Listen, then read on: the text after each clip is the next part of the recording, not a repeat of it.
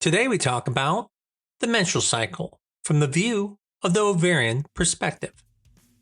I'm Dr. Mark Amols, and this is Taco Bout Fertility Tuesday.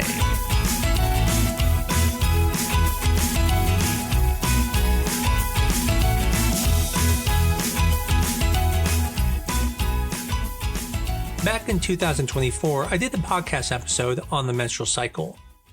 But this time it's going to be a little different.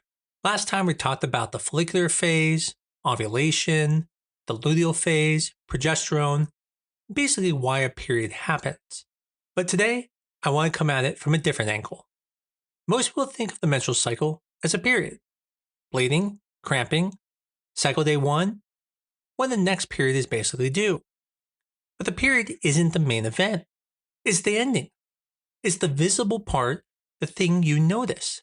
The real story starts earlier. It starts with the brain talking to the ovary growing follicles, the follicles making hormones, and the uterus responding to those hormones. So instead of looking at the cycle from the calendar point of view, or the app point of view, or the day 14 must mean I'm ovulating point of view, we're going to look at it from the ovaries point of view. Because once you understand what the ovary is actually doing, a lot of myths fall apart. Myths like the ovary takes turns every month, or if you only have one ovary, you only ovulate every other month, or a period means you definitely ovulated, or that a regular period means everything's fine with fertility, or that pregnancy symptoms before a test mean you must be pregnant, or that after a miscarriage, you must wait 3 months before you try again because you have to let the uterus repair itself. They all sound logical, but almost none of them hold up. There are 3 players in the menstrual cycle: the brain, the ovary, and the uterus. The brain is the signal sender. The hypothalamus and pituitary release 2 hormones that we care about called FSH and LH. FSH stands for follicle stimulating hormone. It stimulates the follicles to grow exactly like it sounds. LH, luteinizing hormone, becomes important later, at ovulation and afterwards. Now the ovary is where the follicles live, and the eggs are inside of the follicles. Now the ovary isn't sitting around waiting for the calendar to tell it, hey, it's time to ovulate. It's responding to the hormonal signals, the FSH and LH. The uterus does not control the cycle. It's actually responding to the cycle. Essentially, it's the end organ. It builds a lining under estrogen production that occurs from the follicles growing, and then that lining matures under progesterone that develops after ovulation, which the LH continues the progesterone to be made, and then it sheds if you are not pregnant. So the point is, the uterus is not running the show. It's just reporting what's happening. Essentially, a menstrual cycle, having a period, isn't the uterus just randomly deciding to bleed. It's the result of a hormonal withdrawal when the progesterone drops after ovulation because you didn't get pregnant. So essentially, the menstrual cycle is a conversation. The brain sends a signal, the ovary responds and makes hormones, the uterus responds to those hormones, and the period is the final report. Now, when we think of the follicles growing every month, we think of it kind of like the strongest one makes it. But that's not exactly the story. It's more like a race. See, at the start of the cycle, estrogen and progesterone are low, usually right after the corpus luteum has failed by collapsing and progesterone has dropped. When the brain senses this, it then tells the pituitary to release FSH. Now, FSH doesn't just go to one ovary, it circulates through the bloodstream to both ovaries. And then inside each ovary, small follicles capable of responding will then start to grow when the FSH starts rising. This is the race. So FSH is the starting gun. Several follicles start taking off, they start growing and producing estrogen. Now, early on, more than one looks like it has a shot, but then something interesting starts to happen. The rising estrogen tells the brain, hey, we have enough follicle activity, you don't need to keep making FSH. So FSH starts to fall. That drop is the key moment. See, these smaller follicles are completely dependent on the FSH to keep growing. So when it starts falling, the FSH, they lose the support and undergo atresia, which is basically a way of saying they're dying. One follicle keeps growing. This is the dominant follicle. This follicle doesn't need high FSH to keep growing. So essentially, this isn't the body interviewing eggs for the best resume. It's more mechanical than that. The dominant follicle is simply the one that became most capable of surviving in the new hormone environment with lower FSH. Essentially, the biology is the follicle that becomes the dominant one has more FSH receptor activity, better granulosa cell function, and stronger estrogen production. Basically, it's more efficient with the fuel that's left around. Because the smaller follicles need much more fuel to grow, they can't. So it's a race where the fuel supply gets cut in half halfway through the growth. The runners that need a lot of fuel drop out, and the one that learned to run on less fuel keeps going. But the dominant follicle doesn't just win, it changes the entire race. As it grows, it produces estrogen and inhibin B, which suppresses FSH even further, making it even harder for the small follicles to keep up. This is why in IVF and other treatment cycles, we give you the FSH because we know naturally it will drop. By us continuing to give you the hormone, we can keep those smaller follicles growing. Essentially, these large dominant follicles become the ovarian villain. Even though they're winning, they try to make it harder on the other ones. But the other part is it starts to become more reactive to LH, and this is needed to support the final stretch to ovulation. This is the reason why in nature, you only make one follicle every month. Dominance isn't about being chosen. It's about surviving when the FSH falls. To prevent this lead follicle in IVF, we give FSH at high doses and keep pushing it, not letting the smaller follicles fall out of the race, so we rescue them. But it's important to understand IVF isn't creating eggs from nowhere. It's rescuing the follicles that would have normally died that month. And this is important because when you think about, well, am I losing more eggs when I do IVF because now we're making them ovulate? The answer is no. These were the eggs that were going to die anyways. And in the same token, when people say, well, will giving more meds make more eggs? Technically, no. You can only make the eggs grow that were going to grow. You're just taking those follicles that would have been selected out and making them grow. One myth that I hear a lot of times is that the ovaries take turn when you ovulate. A lot of people believe this, that 1 month the right ovary goes, the next month the left, and back and forth. That's a really neat idea. It's quite organized and fair, but it's also not true. There is no ovarian custody schedule. As I mentioned earlier, the FSH travels through the entire body in the bloodstream. It goes to both ovaries. It doesn't just lead to one or the other. So whichever follicle is in the lead and is dominant is the one that's going to ovulate. Whether it's right, left, same side twice in a row, or no pattern at all, it's going to look random because it is random. But let's look at the math for a second. Ovulation is kind of like a coin flip. Right is heads, left is tails. So what would be the chances of ovulating on the same side for a full year? That means 12 times flipping the quarter and landing heads 12 times in a row. It's about 1 in 2048. That doesn't seem very hard to believe. It could happen, but not really that often. But what about 5 years, which is 60 ovulations? And what's the chance of that? Well, that's 1 in 576 quadrillion. Yeah, that's a really big number, basically impossible. But let's go bigger. What about the same side for your entire reproductive life? One side always ovulating, never the other side from age 12 to age 51. That's 468 ovulations always on the same side. Well, the number's so big, I'm just going to have to tell you it's 1 in 3.8 times 10 to the 140th power. So that's basically outside of normal human conversation. That's a really big number. At that point, the uterus has filed a complaint saying you are breaking all the laws. The point is, if someone says, hey, my right ovary ovulated every month for 5 years straight, either they're the ovarian lottery winner or we need to check the ultrasound receipts for that because it's very unlikely.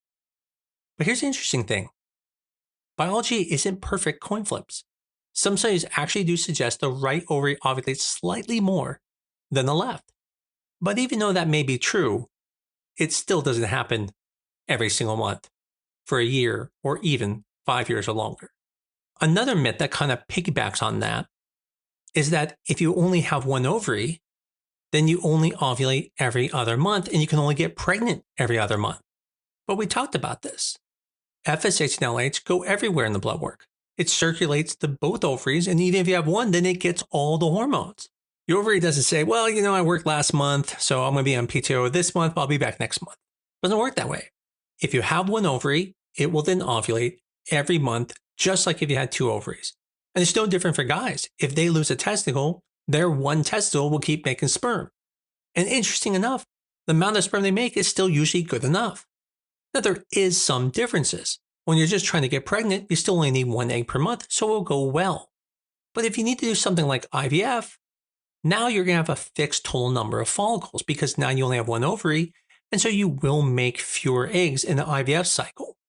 But that's really talking about ovarian reserve, not ovulation frequency. That's a different thing.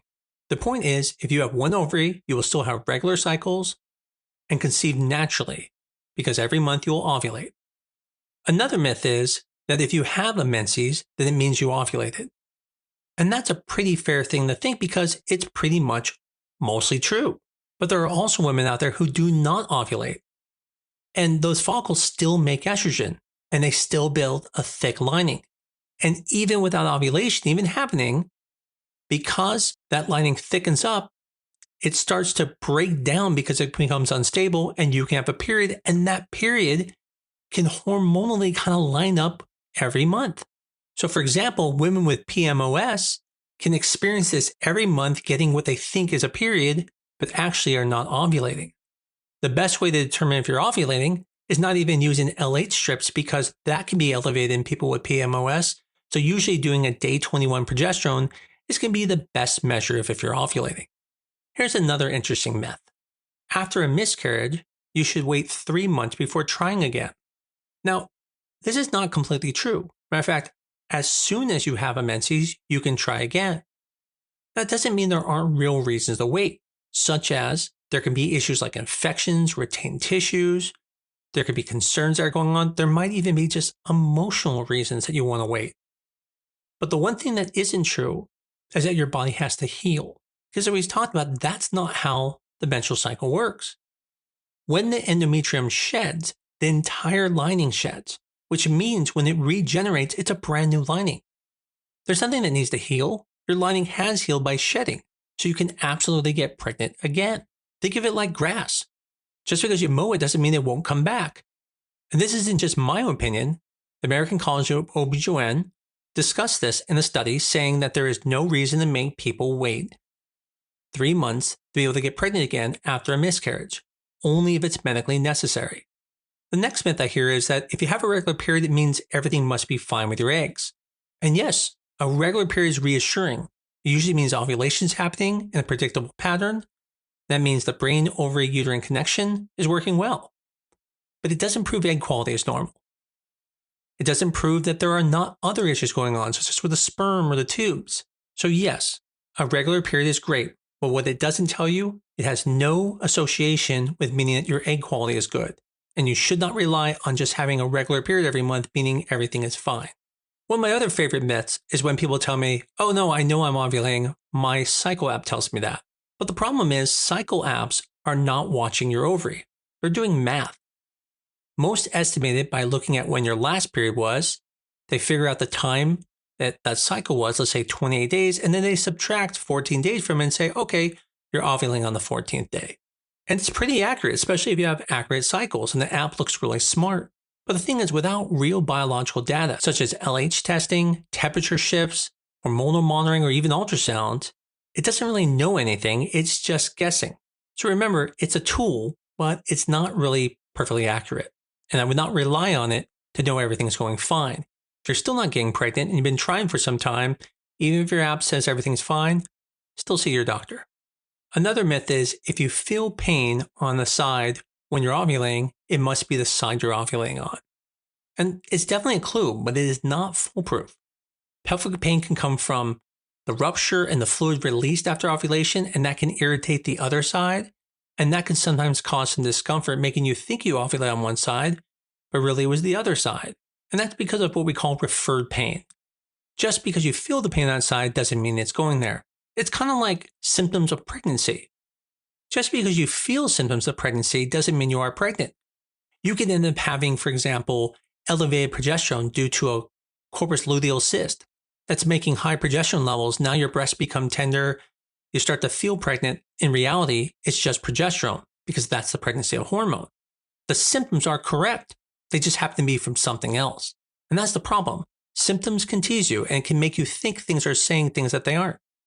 So how does all of this connect then to fertility treatment? Well, nearly everything we do in fertility treatment is built on this conversation. Cycle day 1 tells us the hormone system is resetting. Baseline ultrasounds tell us that the ovaries are quiet, there's no cyst making any hormones.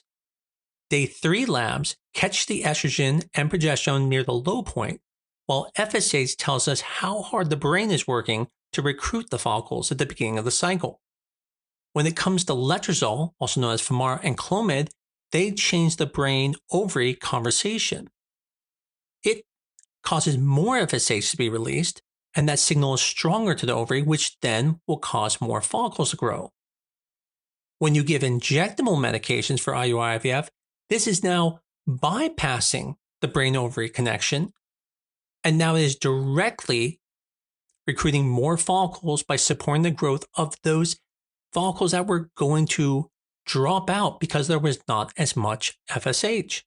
Essentially, taking meds like Goldenlef and Follistim is like DEI for follicles that were never going to make it. Now everybody gets a chance. And it all ends then with the trigger shot. This is the LH that causes the final egg maturation and the timing of ovulation. Now, because LH isn't as stable, we use HCG, which mimics LH, and that causes the ovulation. Now, if you're in a non-ovulatory treatment cycle, progesterone support then afterwards gives the uterus what it needs to mature and hold the lining.